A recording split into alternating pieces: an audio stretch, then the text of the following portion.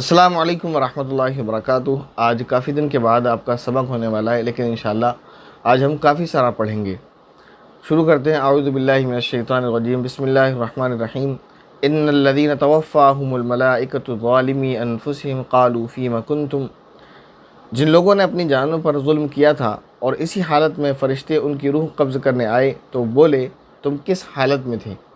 یہ کس سے سوال جواب ہو رہا ہے؟ یہ ایک مکالمہ اللہ تعالیٰ نے پیش کیا یہاں پر کہ وہ لوگ جن پر ہجرت فرض ہو چکی تھی اور انہوں نے ہجرت نہیں کی قدرت ہونے کے باوجود، اس حال میں وہ مر گئے۔ اصل میں معاملہ یہ تھا کہ جب مشرکین مکہ نے کفار مکہ نے مسلمانوں کو بہت زیادہ ستایا تھا تو ہجرت کا حکم آیا تھا اور ہجرت ہو گئی تھی فرض۔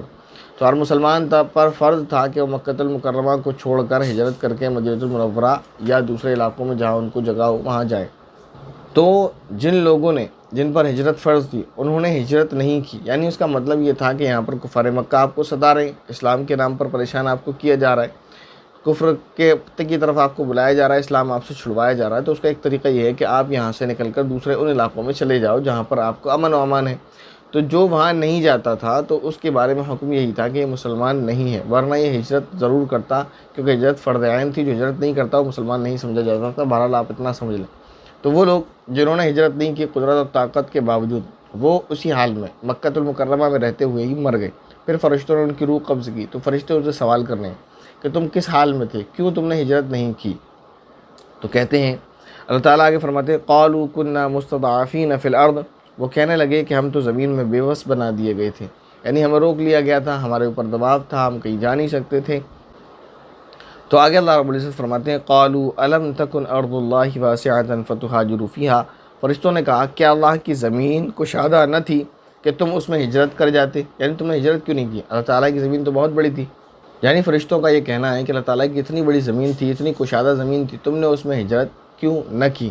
اب تم نے ہجرت نہیں کی تو حکم کیا ہے؟ فرمایا فَأُولَٰئِكَ مَأْوَاهُمْ جہنم، لہذا ایسے لوگوں کا ٹھکانہ جہنم ہے، وَسَاءَتْ مَصِيرًا، اور وہ نہایت برا انجام ہے۔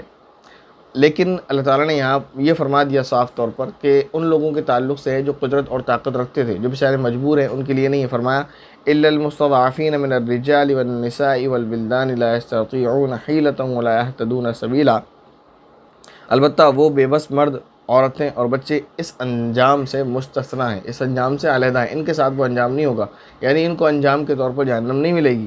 جو ہجرت کی کوئی تدبیر نہیں کر سکتے تھے اور نہ نکلنے کا کوئی راستہ پاتے، بیچارے کمزور تھے، ان کے پاس کوئی طریقہ نہیں تھا کہ وہ ہجرت کر جاتے، تو لہذا انہوں نے ہجرت نہیں کی، تو یہ لوگ گناہگار نہیں ہیں بلکہ مسلمان ہی ہیں، کافر نہیں ہیں۔ فرمایا آگے اللہ رب العزت نے فَأُولَٰئِكَ عَسَى اللَّهُ أَن يَعْفُوَّ عَنْهُمْ، چنانچہ پوری امید ہے کہ اللہ ان کو معاف فرما دے۔ وَكَانَ اللَّهُ عَفُوًّا غَفُورًا، اللہ بڑا معاف کرنے والا، بہت بخشنے والا ہے۔ وَمَن يُهَاجِرْ فِي سَبِيلِ اللَّهِ يَجِدْ فِي الْأَرْضِ مُرَاغَمًا كَثِيرًا وَسَعَةً، اور جو شخص اللہ کے راستے میں ہجرت کرے گا وہ زمین میں بہت جگہ اور بڑی گنجائش پائے گا۔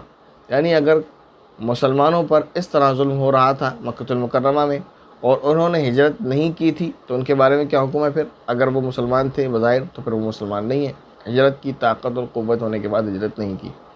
جو کمزور ہیں وہ اس سے مستثنیٰ ہیں، ان کے لیے یہ حکم نہیں ہے۔ ہاں جو مسلمان ہیں ان کو یہی کہا جا رہا ہے کہ تم جب اللہ کی زمین میں دوسری علاقوں پر پہنچو گے تو تم کو بڑی گنجائش اور بڑی جگہ ملے گی، اور وہ اللہ نے کیا بھی۔ فرمایا وَمَن يَخْرُجْ مِن بَيْتِهِ مُهَاجِرًا إِلَى اللَّهِ وَرَسُولِهِ ثُمَّ يُدْرِكْهُ الْمَوْتُ فَقَدْ وَقَعَ أَجْرُهُ عَلَى اللَّهِ، اور جو شخص اپنے گھر سے اللہ کے اور اس کے رسول کی طرف ہجرت کرنے کے لیے نکلا پھر اسے موت آ پکڑے تب بھی اس کا ثواب اللہ کے پاس سے طے ہو چکا ہے، یعنی ہجرت کا جو ثواب ہے، جو اجر ہے، جو اس کا اسلام ہے، وہ اللہ کے نزدیک قابل قبول ہے۔ وَكَانَ اللَّهُ غَفُورًا رَحِيمًا، اور اللہ بہت بخشنے والا، بڑا مہربان ہے۔ آگے اللہ رب العزت نے ارشاد فرمایا وَإِذَا ضَرَبْتُمْ فِي الْأَرْضِ فَلَيْسَ عَلَيْكُمْ جُنَاحٌ أَن تَقْصُرُوا مِنَ الصَّلَاةِ إِنْ خِفْتُمْ أَن يَفْتِنَكُمُ الَّذِينَ كَفَرُوا، اور جب تم زمین میں سفر کرو اور تمہیں اس بات کا خوف ہو کہ کافر لوگ تمہیں پریشان کریں گے تو تم پر اس بات میں کوئی گناہ نہیں کہ تم نماز میں قصر کر لو۔ ویسے تو عام طور پر تمام ہی سفر میں قصر کا حکم ہے، وہ احادیث سے بھی ثابت ہے۔ یہاں پر ایک خاص قسم کے قصر کی بات چل رہی ہے، وہ اس وقت کی جب میدان جنگ میں آپ ہیں۔ تو دیکھیں میدان جنگ میں بھی نماز معاف نہیں ہے، جنگ میں بھی آپ کو نماز پڑھنا ہے، لیکن اس کا ایک طریقہ ہوتا ہے، وہ یہ کہ ایک ہی جو جماعت ہے مسلمانوں کی وہ دو حصوں میں تقسیم ہو جائے۔ ایک گروہ یعنی ایک گروہ وہ بن جائے جو دشمن سے کفار سے مقابلہ کرے، ایک گروہ وہ ہو جائے جو امام کے پیچھے نماز پڑھے اور ایک رکعت پڑھے، ایک رکعت میں جب سجدے کر لے دونوں تو وہ چلا جائے اٹھ کر، اور دوسری جماعت جو لڑ رہی تھی ابھی تک کفار سے وہ واپس آ جائے، اور یہ والی جماعت لڑنے پہنچ جائے، وہ واپس آ کر امام کی ابھی ایک رکعت ہوئی ہے، امام دوسری رکعت پڑھائیں گے تو امام کے ساتھ ایک رکعت یہ پڑھے، امام کی 2 پوری ہو جائیں گی، ان کی 1 ہوگی اور ان کی بھی 1 ہوگی، پھر یہ جو ہے وہ بعد میں آئیں گے اپنی 1 رکعت پوری کریں گے۔ بہرحال یہ پروسیس ہے وہ آگے آ رہا ہے اور حدیث میں ثابت ہے، پورا طریقہ بھی اس لیے نہیں بتایا جا رہا کیونکہ اس کی ضرورت بھی نہیں ہے۔ اگر کسی کے ذہن میں یہ خواہش ہو اسے جاننے کی تو پھر کمنٹ کر دیں، انشاءاللہ کمنٹ باکس میں اس کو لے لیں گے۔ بہرحال تو یہ قصر بتایا جا رہا ہے خاص طور پر، ان خفتم ان یفتنکم الذین کفروا، اس آیت میں یہی بتایا کہ اگر تمہیں اس بات کا خوف ہو کہ کفار لوگ تمہیں پریشان کریں گے، اگر ایسا ہے کہ جنگ ختم ہو چکی ہے، وہ لوگ اپنے علاقے میں، آپ اپنے علاقے میں، آپ سکون سے نماز پڑھ سکتے ہیں تو پھر پوری نماز پڑھیں گے۔ فرمایا ان الکافرین کانوا لکم عدوا مبینا، یقیناً کافر لوگ تمہارے کھلے دشمن ہیں۔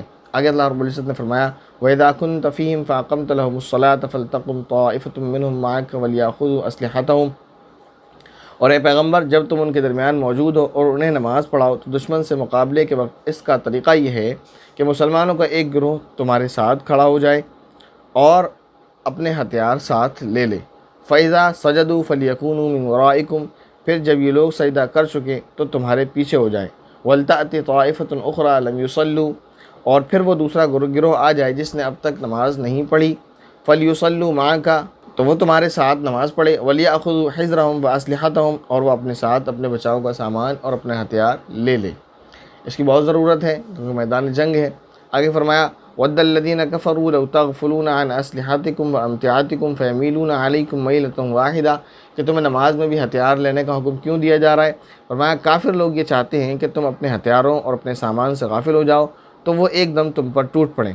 وَلَا جُنَاحَ عَلَيْكُمْ إِنْ كَانَ بِكُمْ أَذًى مِّن مَّطَرٍ أَوْ كُنتُم مَّرْضَىٰ أَن تَضَعُوا أَسْلِحَتَكُمْ، اور اگر تمہیں بارش کی وجہ سے تکلیف ہو یا تم بیمار ہو تو اس میں بھی تم پر کوئی گناہ نہیں ہے کہ تم اپنے ہتھیار اتار کر رکھ دو، ورنہ پھر ہتھیار ٹانگے رکھنا ہے۔ فرمایا وَخُذُوا حِذْرَكُمْ، ہتھیار تو اتار کر رکھ دو لیکن ہاں اپنے بچاؤ کا سامان ساتھ لے لو، اپنے بچاؤ کا سامان ساتھ ہونا چاہیے۔ ان اللہ اعد للکافرین عذابا مہینا، بے شک اللہ نے کافروں کے لیے ذلت والا عذاب تیار کر رکھا ہے۔ فَإِذَا قَضَيْتُمُ الصَّلَاةَ فَاذْكُرُوا اللَّهَ قِيَامًا وَقُعُودًا وَعَلَىٰ جُنُوبِكُمْ، پھر جب تم نماز پوری کر چکو تو اللہ تعالیٰ کو ہر حالت میں یاد کرتے رہو، کھڑے بھی، بیٹھے بھی اور لیٹے ہوئے بھی۔ فَإِذَا اطْمَأْنَنْتُمْ فَأَقِيمُوا الصَّلَاةَ، پھر جب تمہیں دشمن کی طرف سے اطمینان حاصل ہو جائے تو نماز قاعدے کے مطابق پڑھو، یعنی جیسے پڑھتے آئے ہو ویسے ہی۔ ان الصلاۃ کانت علی المؤمنین کتابا موقوتا، بے شک نماز مسلمانوں کے ذمے ایک ایسا فریضہ ہے جو وقت کا پابند ہے، یعنی ہر مسلمان پر نماز جو ہے وقت کی پابندی کے ساتھ فرض ہے، اس کو اس کے وقت میں پڑھنا ہے۔ ولا تہنوا فی ابتغاء القوم، اور تم ان لوگوں یعنی کافر دشمن کا پیچھا کرنے میں کمزوری نہ دکھاؤ۔ ان تکونوا تعلمون فانہم یعلمون کما تعلمون، اگر تمہیں تکلیف پہنچی ہے تو ان کو بھی اسی طرح تکلیف پہنچی ہے جیسے تمہیں تکلیف پہنچی ہے۔ وترجون من اللہ ما لا یرجون، اور تم اللہ سے اس بات کے امیدوار ہو جس کے وہ امیدوار نہیں ہے۔ وکان اللہ علیما حکیما، اور اللہ علم کا بھی مالک ہے اور حکمت کا بھی مالک ہے۔ اس آیت میں یہ نصیحت کی جا رہی ہے، کبھی کبھی ایسا ہوتا ہے کہ جنگ کے موقع پر لوگ تھکے ہوئے ہوتے ہیں اور زخمی بھی ہوتے ہیں، تو اس حالت میں انہیں دشمن قوم کا پیچھا کرنے میں، اس کا تعاقب کرنے میں، اس کا گھیراؤ کرنے میں پریشانی ہوتی ہے، بھاگ گئے جانے دو ان کو، ہم بھی تھکے ہوئے، تو ان کو ایک جو ہے نصیحت ان کو ایک کی جا رہی ہے۔ ایک تو یہ کہ دیکھو یہ کام ایسا مت کرو، سستی مت دکھاؤ اس میں، اس لیے کہ اگر زخمی تم ہو تو زخمی وہ بھی ہیں، تھکے ہوئے تم ہو تو تھکے ہوئے وہ بھی ہیں، وہ تو اپنے معبود باطل کے لیے لڑنے کو تیار ہیں، معبود باطل کے نام پر ظلم اور تشدد کرنے کو تیار ہیں، تم ان کا مقابلہ کیوں نہیں کرتے؟ اور پھر یہ بات کہ انہیں تو کوئی ثواب نہیں ملے گا، وہ اس دنیا میں مر گئے تو ختم، پھر ان کا انجام جہنم ہے۔ آپ کو اس دنیا میں اگر غازی ہوئے تو بھی فتح ہوگی، جیت ہوگی، دنیاوی اجر ہوگا، اور اب اخروی اجر تو ہے ہی ان سے مقابلہ کرنے پر، اور اگر ہار بھی گئے، شہادت بھی ملی، تب بھی ایک بڑی فضیلت حاصل ہونے والی ہے۔ تو تم کو اللہ رب العزت سے جو امیدیں ہیں ان کے معبود باطل نے ان سے یہ دعوے نہیں کر رکھے ہیں اور ان کو یہ فائدے حاصل نہیں ہونے والے دنیاوی فائدہ بظاہر ان کو جیت کی شکل میں مل سکتا ہے، لیکن اخروی فائدہ ان کو حاصل نہیں ہے، پھر بھی وہ ڈٹ جاتے ہیں، پھر بھی وہ مقابلہ کرتے ہیں۔ تو تم پیچھے مت رہو، تمہیں اگر ان کا تعاقب کرنا پڑے تو ان کا تعاقب کرو، ان کا پیچھا کرو، اور اللہ رب العزت خوب جاننے والا اور حکمت والا ہے۔ آگے کی آیت میں اللہ رب العزت نے فرمایا انا انزلنا الیک الکتاب بالحق لتحکم بین الناس بما اراک اللہ، بے شک ہم نے حق پر مشتمل کتاب تم پر اس لیے اتاری ہے تاکہ تم لوگوں کے درمیان اس طریقے کے مطابق فیصلہ کرو جو اللہ تعالیٰ نے تم کو سمجھا دیا ہے۔ ولا تکن للخائنین خصیما، اور تم خیانت کرنے والوں کی طرفدار نہ بنو۔ یہ ایک واقعے کے تحت یہ آیت نازل ہوئی ہے جو آگے تک چل رہی ہے۔ واقعہ یہ تھا کہ ایک شخص جو بظاہر مسلمان تھا، اس کا نام بشر یا بشر تھا، اس شخص نے ایک مسلمان کے گھر سے چوری کی، اور چوری کرنے کے بعد اس میں سے کچھ غلہ اور ہتھیار چرائے تھے۔